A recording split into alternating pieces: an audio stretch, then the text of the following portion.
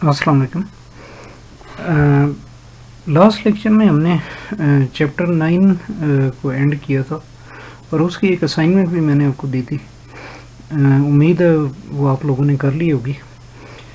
तो अभी आज हम चैप्टर 10 स्टार्ट कर रहे हैं। तो ये इनपुट और आउटपुट के बारे में ये चैप्टर। इसमें सबसे पहले स्टैंडर्ड इनपुट आउटपुट की बात की गई है। तो जब हम स्टैंडर्ड इनपुट की बात करते हैं तो कीबोर्ड जो है वो एक स्टैंडर्ड इनपुट डिवाइस है और इसके ज़रिए दी जाने वाली जितनी इनपुट होती है उसको आप स्टैंडर्ड इनपुट कहते हैं। In the same way monitor output device है और मॉनिटर के थ्रू जो आप आउटपुट लेते हैं स्क्रीन पे तो उसको आप एक स्टैंडर्ड आउटपुट कहते हैं। अब standard input output C language के अंदर कैसे परफॉर्म आप करते हैं। सी लैंग्वेज के किसी प्रोग्राम के अंदर अगर आपने यूज़र से इनपुट लेनी हो या किसी प्रोग्राम की आउटपुट आपने डिस्प्ले करानी हो तो उसके लिए कमांड्स या फंक्शन कौन से यूज़ होते हैं।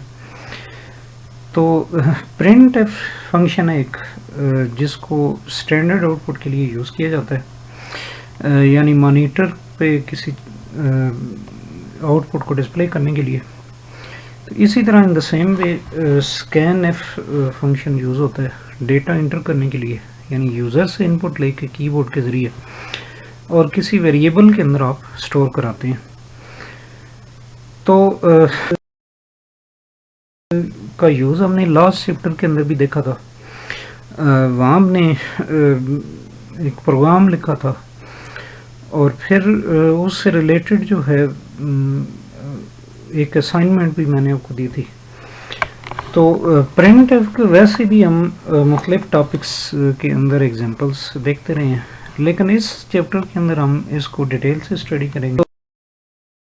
तो ये जो फंक्शन है दोनों प्रिंट एफ और स्कैन एफ, इनकी जो डेफिनेशंस हैं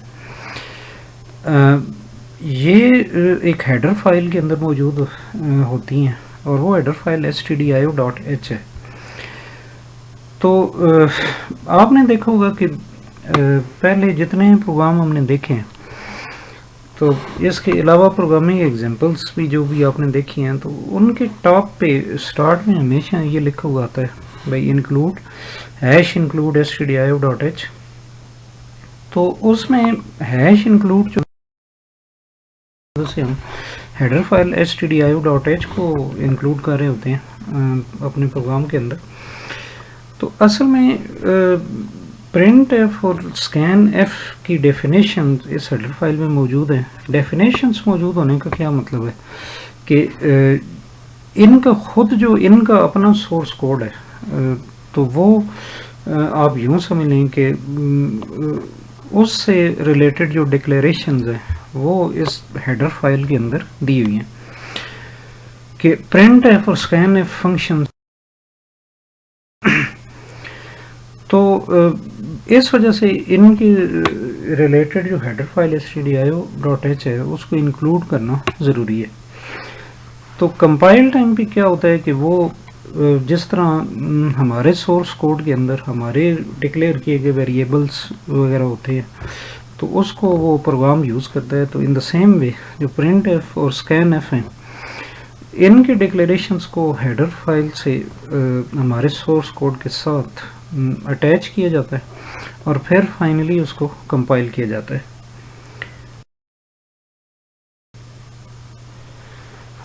अच्छा, अभी देखें print F function in detail हम इसको देखते हैं।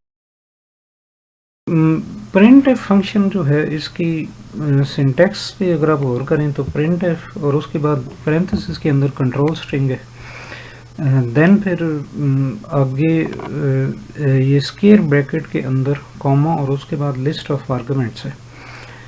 तो ये याद रखें भाई किसी भी कमांड की सिंटैक्स के अंदर जहाँ भी स्क्वायर ब्रैकेट आ रही होती है तो उसका मतलब ये होता है कि within these brackets these components are optional. तो ये इट मीन्स कि लिस्ट ऑफ आर्गुमेंट्स जो है ये ऑप्शनल है। अच्छा, अब वन बाय वन इन सिंटैक्स के इन कंपोनेंट्स को हम देखते हैं। तो कंट्रोल स्ट्रिंग है सबसे पहले। अब कंट्रोल स्ट्रिंग के अंदर एक से ज़्यादा चीज़ें हो सकती हैं। इसमें मिसाल के तौर पे आपका टेक्स्ट मैसेज हो सकता है, सिंपल जो टेक्स्ट मैसेज है। फिर फॉर्मेट स्पेसिफायर हो सकते हैं, एस्केप सीक्वेंस कैरेक्टर्स हो सकते हैं। तो टेक्स्ट मैसेज जो है वो तो आपकी तरफ से प्रोवाइड किया गया कोई भी मैसेज हो सकता है जो आप स्क्रीन पे दिखाना चाहेंगे। फॉर्मेट स्पेसिफायर्स फॉर्मेट एक देने के लिए, स्पेसिफाई करने के लिए किस चीज़ का जी, कि जो भी वैल्यू हम स्क्रीन के ऊपर डिस्प्ले कर रहे होंगे तो वो किस तरीके से डिस्प्ले होगी। तो फॉर्मेट स्पेसिफायर आमतौर पे उसको हम स्टार्ट करते हैं और उसके साथ फिर कोई एक लेटर होता है जैसे कि %d, %f वगैरह। तो इनको हम नेक्स्ट टॉपिक में देखेंगे। एस्केप सीक्वेंस क्या चीज़ है? कीबोर्ड के ऊपर कुछ ऐसी कीज़ होती हैं, ऐसे कैरेक्टर्स हैं कि जो नॉन प्रिंटिंग कैरेक्टर्स हैं। तो इनकी फंक्शन को कंट्रोल करने के लिए अगर इनका फंक्शन आप अपने प्रोग्राम के अंदर देना चाहते हैं, मिसाल के तौर पे आप कहते हैं भी एक कोई आउटपुट जो है वो उसमें एक से ज़्यादा कॉलम है, तो आप कॉलमों के दरमियान टैब की स्पेस देना चाहते हैं। तो अब टैब की का फंक्शन जब आप देना चाहेंगे तो उसके लिए कुछ स्पेशल कैरेक्टर होंगे जिन्हें एस्केप सीक्वेंस कहते हैं, तो वो आप यूज़ करेंगे। मिसाल के तौर पे टैब की के लिए \t यूज़ करेंगे। इसी तरीके से फिर नई लाइन पे जाने के लिए \n यूज़ करेंगे। तो इस तरह के एक से ज़्यादा कैरेक्टर होंगे। तो कुछ ऐसे नॉन प्रिंटिंग कीज़ जो हैं, स्क्रीन पे कुछ डिस्प्ले तो नहीं होता लेकिन उनके केस में कोई एक्शन होता है, कोई काम हो रहा होता है, या फिर कुछ स्पेशल कैरेक्टर्स हैं जैसे खुद बैक डिस्प्ले करना हो आउटपुट में, तो या इन्वर्टेड कॉमर्स को, तो उसके लिए ये एस्केप सीक्वेंस कैरेक्टर यूज़ होते हैं। तो इनको भी हम डिटेल में देखेंगे। उसके बाद फिर लिस्ट ऑफ आर्गुमेंट्स है। लिस्ट ऑफ आर्गुमेंट्स जो हैं इसमें वेरिएबल्स भी हो सकते हैं कि एक से ज़्यादा, कांस्टेंट्स भी हो सकते हैं, इवन के फार्मूला भी हो सकता है या अरिथमेटिक एक्सप्रेशंस हो सकते हैं। और ये यहाँ पे क्यों इस प्रिंटफ के अंदर देते हैं, वो इस वजह से भाई जिन वेरिएबल्स की वैल्यूज़ हम प्रिंट कराना चाहते हैं तो उनकी इधर तो हम कंट्रोल सेटिंग के अंदर तो जस्ट हम ये इंडिकेट कर देंगे भाई किसी वेरिएबल की वैल्यू यहाँ पे प्रिंट होनी है। अब किस वेरिएबल की वैल्यू प्रिंट होनी है वो फिर हम आगे लिस्ट ऑफ आर्गुमेंट में बताएंगे। मिसाल तो कंट्रोल स्ट्रिंग में हम सिर्फ इतना लिख देंगे कि value of x is equal to %d। अब %d जो है वो सिर्फ ये इंडिकेट कर रहा होगा कि किसी इंटीजर वेरिएबल की वैल्यू डिस्प्ले हो रही है। अब किस की हो रही है वो अभी कोई पता नहीं है, वो कॉमा के बाद हम x हम लिखेंगे तो इससे ये अंदाज़ा हो जाएगा कि जिस इंटीजर वेरिएबल की वैल्यू हम डिस्प्ले कराने की बात कर रहे हैं तो वो असल में x है। अब फॉर्मेट स्पेसिफायर्स देखें तो फॉर्मेट स्पेसिफायर जो है वो डेटा टाइप के बारे में बताने के लिए, इसके अलावा फील्ड विड्थ और ओवरऑल जो फॉर्मेट है डिस्प्लेड वैल्यू का उसको दिखाने के लिए हम इसको यूज़ करते हैं। तो इन सिंपल वर्ड्स आप कह सकते हैं कि it specifies the format according to which the value is printed. Printed कहाँ पे? स्क्रीन पे। तो इसके अलावा जो है ये जो फॉर्मेट स्पेसिफायर है, हम तो अभी आउटपुट के लिहाज से देख रहे हैं यानी प्रिंट एफ के लिहाज से, लेकिन ये याद रखना चाहिए भाई इसको आप इनपुट के केस में भी यूज़ कर सकते हैं, यानी स्कैन एफ फंक्शन के केस में भी आप इसको यूज़ कर सकेंगे। तो कुछ थोड़ा डिफरेंस होगा इसके स्कैन एफ के अंदर जब इसको हम यूज़ करेंगे तो। अच्छा, बहरहाल उसको हम जब हम स्कैन एफ को एक्सप्लेन करेंगे तो उस वक्त उसको देखेंगे। अब यहाँ पे कुछ कॉमन जो फॉर्मेट स्पेसिफायर्स हैं उनकी लिस्ट एक दी गई है। परसेंटेज डी है सबसे पहले, तो ये इंटीजर और शॉर्ट इंटीजर्स के लिए यूज़ होता है। इसी तरह परसेंटेज एफ है, ये फ्लोट के लिए। फिर परसेंटेज एल एफ है डबल के लिए, डबल वैल्यूज़ के लिए। तो डबल वैल्यूज़ के लिए वैसे फॉर्मेट स्पेसिफायर्स हैं, उनको भी हम यूज़ कर सकते हैं। तो परसेंटेज ई, अब देखें फ्लोट और डबल एक्सपोनेंशियल नोटेशन के लिए। एक्सपोनेंशियल नोटेशन मींस के वो जैसे आप लिखते हैं कि 3000 है फॉर एग्जांपल, तो 3000 को आप इस तरह लिख सकते हैं कि 3 × 10 रेज़ पावर 3। तो इसी तरह इसको अगर कंप्यूटर के अंदर आपने अगर किसी सी के प्रोग्राम के अंदर आपने लिखना हो तो फिर 3E10 लिख देंगे। तो इस तरह 3E + 10 लिखेंगे। तो के अंदर आप किसी डेटा को अगर रिप्रेजेंट करना चाहते हैं तो वो फिर परसेंटेज ई आप देंगे। इसी तरह और फ्लोट वैल्यू के लिए भी इसको आप यूज़ कर सकते हैं। परसेंटेज जी जो है ये भी आप रियल नंबर्स के लिए यूज़ कर सकते हैं। तो इसमें फिर वो खुद देखेगा आपका जो सी का कंपाइलर है कि जो भी सूटेबल होगी कि वो उसको अगर आप परसेंटेज जी देंगे तो फिर वो देखेगा डिपेंडिंग ऑन द वैल्यू कि वो परसेंटेज एफ का जो इफ़ेक्ट है उसको वो यूज़ करेगा या परसेंटेज ई को, यानी परसेंटेज एफ या ई के फॉर्मेट उसको जो इनमें से मुनासिब लगेगा तो उसको वो यूज़ करेगा अगर आप परसेंटेज जी देंगे तो, जो भी इसमें से शॉर्ट होगा।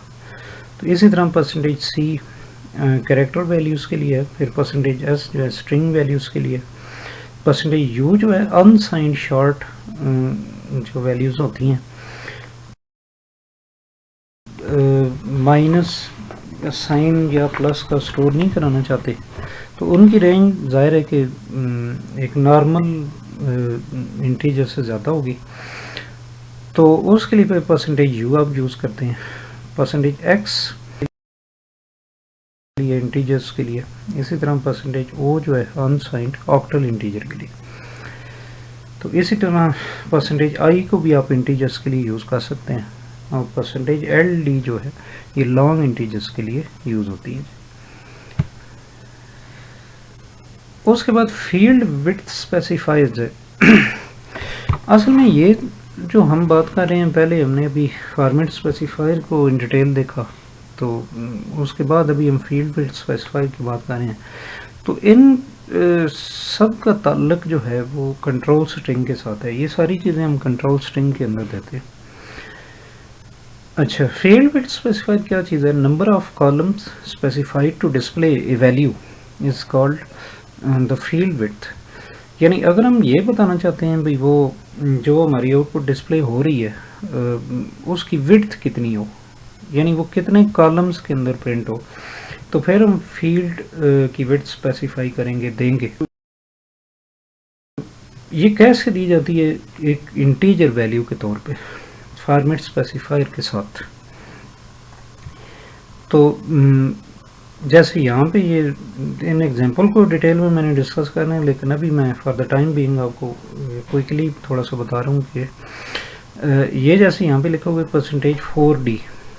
तो परसेंटेज 4D का क्या मतलब होगा कि जो भी यानी x की वैल्यू, तो वो आउटपुट में जो है उसके लिए 4 कॉलम फिक्स होंगे, तो मतलब 4 कॉलम की वो आउटपुट आएगी। कुछ इम्पोर्टेंट पॉइंट है जो कि फील्ड विड्थ स्पेसिफायर के केस में आपको माइंड में रखने चाहिए। वो क्या कहें कि if the value requires more columns the field is expanded. यानी अगर आप कम विड्थ दे देते हैं और आपकी वैल्यू बड़ी है तो वो ऑटोमेटिकली जो सी कंपाइलर है वो उसको एडजस्ट कर लेगा, विड्थ ऑटोमेटिकली वो बढ़ा लेगा। तो मिसाल तौर पे आपकी वैल्यू थाउजेंड्स में है तो आप जो है उसको %2d दे देते हैं, तो वो उसमें फिर क्या करेगा कि उसको ऑटोमेटिकली 4 कॉलम्स पे ले जाएगा। If the value is smaller than the specified columns, then the empty spaces on the left side of data are filled with blanks. तो अगर आप क्या करते हैं कि आप वैल्यू जो है आपकी वो छोटी है और आपने विड्थ ज़्यादा दे दी है, तो उस वैल्यू की लेफ़्ट साइड पे जो ब्लैंक स्पेसेस फिर आएंगी, ब्लैंक्स जो आएंगे तो उनको स्पेसेस से फिल किया जाएगा। तो इस मिसाल के तौर पे आपकी वैल्यू जो सिर्फ उसमें 3 डिजिट थे, तो आपने जो है वो विड्थ 5 की दे दी है, तो लेफ़्ट एंड पे फिर 2 ब्लैंक स्पेसेस आएंगी आउटपुट में, और उसके बाद 3 आपकी वैल्यूज़ आएंगी। नेक्स्ट पॉइंट क्या है कि while using decimal values the width is specified in the format w.d। अगर आप डेसिमल वैल्यूज़ को यूज़ कर रहे होते हैं तो फिर आप इस फॉर्मेट में विड्थ स्पेसिफाई करेंगे w.d की शक्ल में। तो इसमें क्या है, w क्या है, specified the width including decimal point, and d specifies the number of decimal places after decimal point. तो w जो है वो तो नॉर्मल विड्थ आप देंगे ओवरऑल, यानी उस पूरे मुकम्मल आउटपुट की इंक्लूडिंग डेसिमल पॉइंट, और जो d है वो आप पॉइंट के बाद नंबर ऑफ डेसिमल प्लेसेस बताएंगे या नंबर ऑफ सिग्निफिकेंट डिजिट्स। फिर ये कि use of field width specifier optional है, मतलब ये इसको दें या ना दें उसके बगैर भी आपका प्रिंट एफ का फंक्शन जो है वो परफॉर्म हो जाता है। अब एग्जांपल्स देखें कि मिसाल तौर पे हमारे पास x की वैल्यू 39 है, वो print F value is %4d और उसके बाद कॉमा x हमने दिए। अब इसमें देखें कि ये वैल्यू इज़ और ये कॉलन, ये क्या चीज़ है, ये तो मैसेज है। ओवरऑल तो ये आपका कंट्रोल स्ट्रिंग है, ये मुकम्मल जो है ना। तो कंट्रोल स्ट्रिंग में पहले हम क्या दे रहे हैं, पहले हम टेक्स्ट मैसेज दे रहे हैं कि वैल्यू इज़ कॉलन, और उसके बाद हम %4d फॉर्मेट स्पेसिफायर दे रहे हैं और इसके अंदर 4 विड्थ स्पेसिफाई कर रहे हैं। तो इसकी आउटपुट जो है वो क्या आएगी, रिजल्ट विल बी। अब देखें वैल्यू 39 है लेकिन हम विड्थ 4 दे रहे हैं, इट मीन्स के विड्थ हम ज़्यादा दे रहे हैं। तो क्या होगा, राइट साइड से ये प्रिंट होना शुरू होगा, 39 जो है पहले 9 प्रिंट होगा, फिर 3 होगा, और उसके बाद लेफ्ट साइड पे जो है ये 2 ब्लैंक्स फिल कर दी जाएंगे, वो 4 थी। इसी तरह सेकंड एग्जांपल में आप देखें कि मिसाल तौर पे हमारे पास y की जो वैल्यू है वो 14.32 है। तो अगर हम इसमें फॉर्मेट स्पेसिफायर जो है वो हम %7.3f देते हैं, तो अब असल में तो ये %f हम दे रहे हैं इस फ्लोटिंग पॉइंट वैल्यू के लिए, लेकिन इसमें अगर आप ये विड्थ स्पेसिफायर भी दे रहे हैं 7.3f, तो इसका मतलब क्या होगा कि 7 का मतलब ये है कि ओवरऑल उस आउटपुट जो वैल्यू है जो जिसने डिस्प्ले होना है, तो ओवरऑल उसकी विड्थ कितनी है इंक्लूडिंग डेसिमल पॉइंट। तो इंक्लूडिंग डेसिमल पॉइंट हम कह रहे हैं कि इसकी ओवरऑल जो विड्थ होनी चाहिए वो 7 है। तो उसके बाद after decimal point 3 decimal places होनी चाहिए। तो अब देखें कि ये हमारे पास जो वैल्यू थी 14.32 थी, तो पहले राइट साइड पे देखें आफ्टर डेसिमल पॉइंट, तो आफ्टर डेसिमल पॉइंट 3 हमने दिए हुए, तो इधर हमारे आउटपुट में 2 डिजिट हैं, ये यहाँ पे 32 और इधर 39 वो बाई मिस्टेक लिखा गया, ये दोनों जगह पे 1 होना चाहिए, या तो इधर भी 39 होना चाहिए और या फिर उधर भी 32 होना चाहिए। तो बहरहाल एनीवे असल जो चीज़ है वो 2 डिजिट्स को आपने जहन में रखना है, चाहे 32 है चाहे 39 है। तो होगा क्या, अब हम कह रहे हैं भाई आउटपुट में डेसिमल प्लेसेस जो हैं वो 3 होनी चाहिए, लेकिन यहाँ पे 2 डिजिट है। तो वो क्या करेगा कि प्रिंट टाइप का फंक्शन आउटपुट में वो 3 9 डिस्प्ले करेगा और उसके साथ एक 0 ऐड कर देगा, क्योंकि विड्थ हमने ज़्यादा दी है। इसी तरह पॉइंट से पहले आप देखें कि 14 2 डिजिट हैं, तो अब इसमें यहाँ पे आप देखें कि डॉट को इंक्लूड करते हुए 3 कितने हो गए, ये 4 हो गए ना, 4, और उससे पहले फिर 1 4 को भी अगर इंक्लूड करें तो ये टोटल 6 बन जाते हैं। यानी वो जो 7 हमने बिट दी थी उसमें से 6 तो कवर हो गए, तो एक जो एडिशनल हमारे पास रह गया है, यानी ये हमने 7 का कहा था, तो उसमें से 6 प्लेसेस जो हैं वो तो कवर हो गई हैं, लेकिन एक रह गई है, तो उसकी जगह फिर ब्लैंक वो फिल कर देगा। तो उम्मीद है आपको ये समझ आ गई होगी। तो इसकी बाकी एग्जांपल्स काफ़ी सारी बुक के अंदर दी हुई हैं, तो वो वहाँ से आपने देख लेनी है। यहाँ पे ये एक चीज़ छोटी सी मैं आपको बता दूं कि ये पहले भी मैंने पिछली स्लाइड में भी आपको बताया था कि जब कंट्रोल स्ट्रिंग में मैसेज यहाँ पे दे रहे होते हैं, तो फॉर्मेट स्पेसिफायर जब देते हैं, तो इधर हम ये बता रहे होते हैं असल में कि यहाँ पे मिसाल तौर पे यहाँ पे %4d है, तो %d से उसको ये पता चलता है कंप्यूटर को कि यहाँ पे कोई इंटीजर वैल्यू आएगी या डिस्प्ले होगी।